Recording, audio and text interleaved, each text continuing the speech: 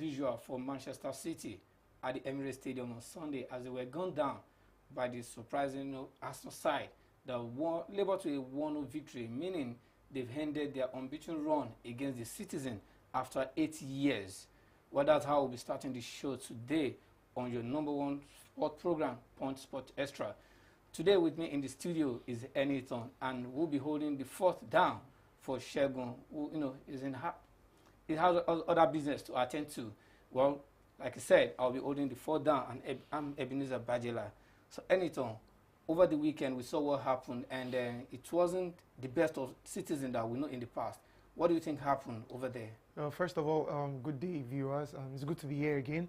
Yeah. I feel that, as we've seen in the past, like 3 games, Manchester City, they are missing their key players. Yeah. You know, and it's very important when you have new players around, like the likes of Jeremy Doku, I think it's Matthias Nunes from Wolves. Yeah. So they still need time. This is like the 8th or 7th game into the season. Yes, into the season. So they need like time to be fully integrated into the team. And when you're playing a team like Arsenal, a resurgent Arsenal, you need your big guys. You need your Kevin De Bruyne, and you know you need your what's his name now, the defensive midfielder. Grealish has not been in good form. Oh well, yes, Grealish was absent, and the red card to the defensive midfielder. Yeah. It goes a lot to show that these big games you require your big players, and Arsenal were, I won't say lucky, but they were somewhat fortunate. Yeah, to go away with the 3 points. No, you need luck in the game of football. Oh yeah, true. But if you look at overall performance of both sides, do you think Arsenal deserve the win? Well, okay. Well, I'll say, yeah, they deserve the win. I was actually waiting for you. The game will not end until 90 minutes and the added time. Yeah. And they left it really late. It showed that they were ready. They were not ready to give up. Yeah. They were ready to take the 3 points, and they pushed further to get the goal. Yeah. Well, and looking at what worked in Arsenal's favor yesterday was the fact that they have depth in the squad, unlike City. Look at bringing in the young guy, and Philip has not really been the best of player since he joined from Leeds United. So yesterday, Arsenal, for me, they deserve the win. It was anybody's game yesterday, really. I think for me, it was Arsenal's game. And they were fortunate too, because Manchester City lost some chances, some clear chances that would have pretty much damaged the game for Arsenal. For the first time that we could think of, Haaland never had a shot on target. And that's surprising. Haaland never had a shot on target, and City lost back-to-back game. So do you think it's an early call now to say Arsenal are title favourites? Well, I'm not an Arsenal fan, and I will not jump the gun after 7-8 games and say that they are title challengers, or and say that they will win the league. Yes, of course, because of the way they ended. They will always be challengers. Yes, because of the way they ended last season, they are challengers, most definitely.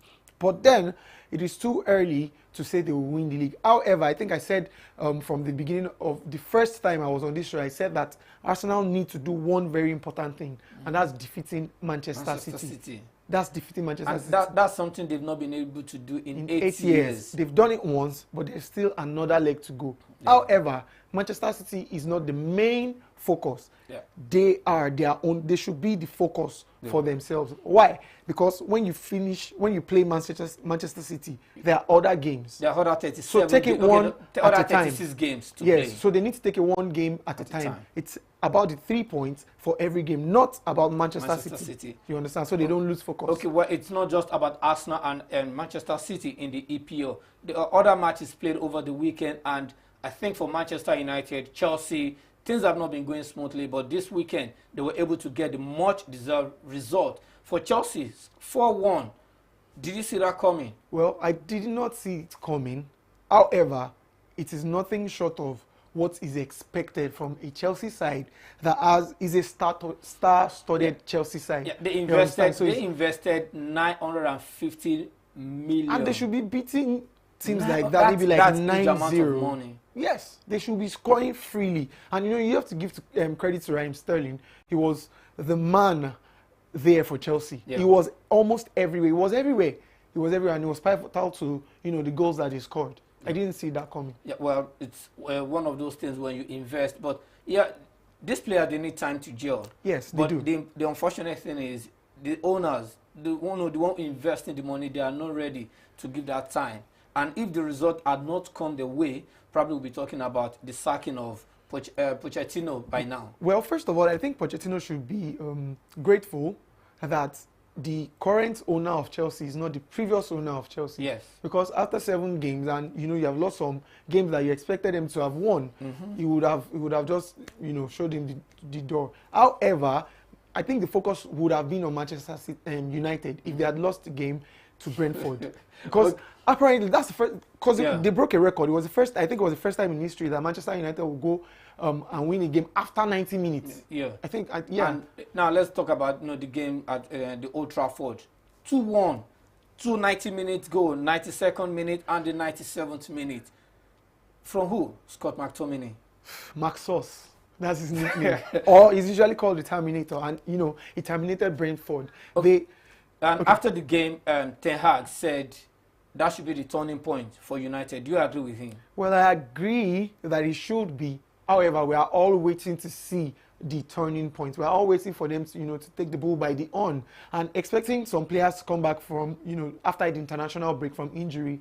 Okay. The likes of Regulion, I heard that Aaron Saka is already training. Okay. So we expect these guys to be back, and hopefully they would have like a good run. And it will, do a lot for them going forward this season. Yeah, well, hopefully it will do them a lot of good. And they should stop conceding goals. But they need to stop conceding goals. Other matches were played over the weekend, and for Liverpool, it wasn't the best of results. They were denied the maximum 3 points, and they had to settle for a point. It was 2-2 between Liverpool and Brighton. Newcastle West Ham, another interesting game that ended 2-2 as well.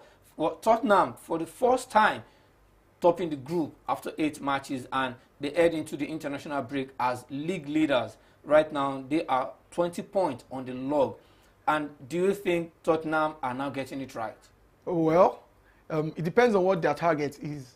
When we talk about getting it right. However, for the games so far, they have actually gotten it right. And without Harry Kane. With Harry Kane, I was about saying that without Harry Kane, I think Son has been able to take up the mantle and get the job done. Yes. Well, now let's move away from Harry Kane, the likes of the Son. We've got fantastic Nigerian players abroad who are doing wonderfully well.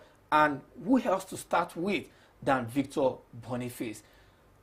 I'm beginning to run out of adjective for this young man. What else? Amazing. 8 goals already, 2 assists, and this is just a guy who's just joined Bayer Leverkusen and is been banging in the goals for them. Do you see him staying with Bayer Leverkusen for another 2 seasons? Well, if he continues this way. Well, it depends on how they end the season. You understand? Because I'm sure he must have caught the attention of the likes of Manchester United, Chelsea, and especially Chelsea, who they need a new number 9. Although there's a Jackson, however, they still need a figure, a Drogba-like figure in their team. So I think that it depends on how they end the season and how he ends the season. If he ends up, coming maybe the second top scorer or the top scorer in the Bundesliga, who knows? Yeah. It could be out. Well, also we have Victor Osimhen, another Victor in town. Yeah. Osimhen has been making the headlines for a very long time, and surprisingly, he scored from the penalty kick.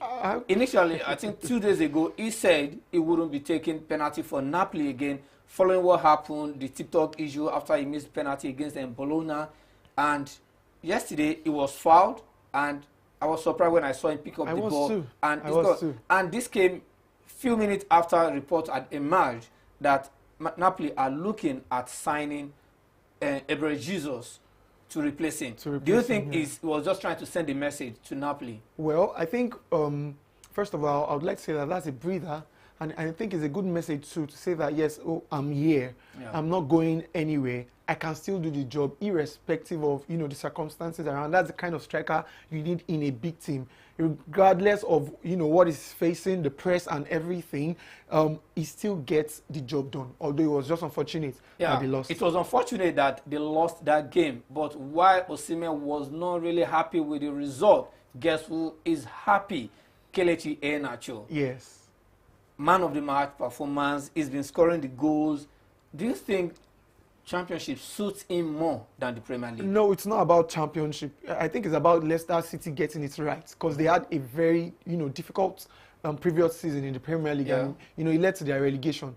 However, they are getting it right now, and you can see even with Wilfred Ndidi. Yeah. I think the coach has, sometimes has moved him up front from a defensive role to like a more attacking role, and he has even scored and that is paying off. He assisted Iheanacho. Now this season, Ndidi already had 4 assists and 2 goals to his name. That's already in just 8 games is about to equal his overall best outing. Exactly. And this is just 8 games into the season. So I think for Iheanacho and Ndidi, they are really doing very well. But it's just a matter of time now with Ndidi performance. Now it's been linked away, with a move to Barcelona. Real Madrid are now backing for him. So let's see how things pans out before the end of the season. But like we said, it's too early, to start talking about that. Then now let's look at what happened in La Liga. It was not the best one for Barcelona, though Yamal Lamine made history as the youngest player to score in La Liga at the age of 16. But unfortunately, they were unable to get the maximum 3 points. While Barcelona were unable to do that, Real Madrid were flying high. With Jude Bellingham. He got 2 goals again. And that means the young man has equaled Cristiano Ronaldo's record of 10 goals in as many games. Is there anything to stop this young man? Well, the only thing stopping him for now will be an injury, and that will be unfortunate for Real Madrid. Although I don't wish that he gets injured, I expect that with the way he has managed himself and the way the team, has been built, so to say, around him, he should be injury-free. But if he gets injured, it will be a very, very big blow for Real Madrid. They've been struggling with injuries this season. Yeah, it will be a very big blow. Yes, and then again, you look at Barcelona, they were actually lucky to go away with a point. They were utterly destroyed from the start of the game by, Brian. And the second, if you had seen the second goal against Barcelona, you would be wondering where on earth did the opponent get this guy from. And it's just amazing what the top football brings. I think the Barcelona defense were not just at the party yesterday, and unfortunately another they suffered another injury with Jules Koundé. Now quickly, let's just take a look at some of the results at the home front yesterday here in the Nigerian Premier League. A quick one. Gombe United surprisingly defeated Enyimba by 2-0. Aqua United played a goalless draw with Sporting Lagos. Kwara United defeated Abia Warriors 1-0. Lobby Stars played a 3-2 win over Sunshine Stars. Niger Tornadoes defeated Rivers United by 1-0. Plateau United 1-0 win over Atland Warrior.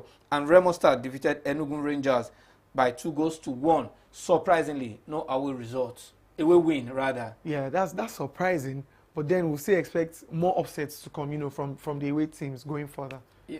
Well, the Nigerian Premier League, just kick-started, and it's been good. And let's all be able to keep to this. We're beginning to see now with the game now on TV. Yes. It's better than it used to be in the past. Now, viewers, fans can hear their opinion, what they feel about the league, and that's how I think it should be. Yes, that's how it should be. And we expect big things from the Nigerian Football League. You understand? We expect big teams, and it's even good to see that fans are trooping into stadiums to go and watch the local league, and it's amazing. Personally, I'm going in for Sporting Lagos. I'm just looking out for where they are going to end this this season. Okay, it's going to be amazing. Okay, before we wrap up the show, let's take a look at the fantasy league that we have here. We call it the League of Punchers. I was hoping we would not look at that, but no, well, let's take a look at it. Well, for many of the people, yeah, the team here, the result didn't go their way, and you happen to be one of them. Yes, because Erling Haaland has refused to score. So if you know his address, please, I'm begging, please score. He has been my captain for. What do you think is that with the Dempsey FC? What's going on? I don't know. I don't want to say that it's the law of diminishing return, and I don't want to say that it's pride. But then he's my guy, and I wish him all the best. For our viewers out there who don't know Dempsey FC, that's actually Segun Odunayo, who I believe will be back on this show next week. Till we come your way again, stay blessed.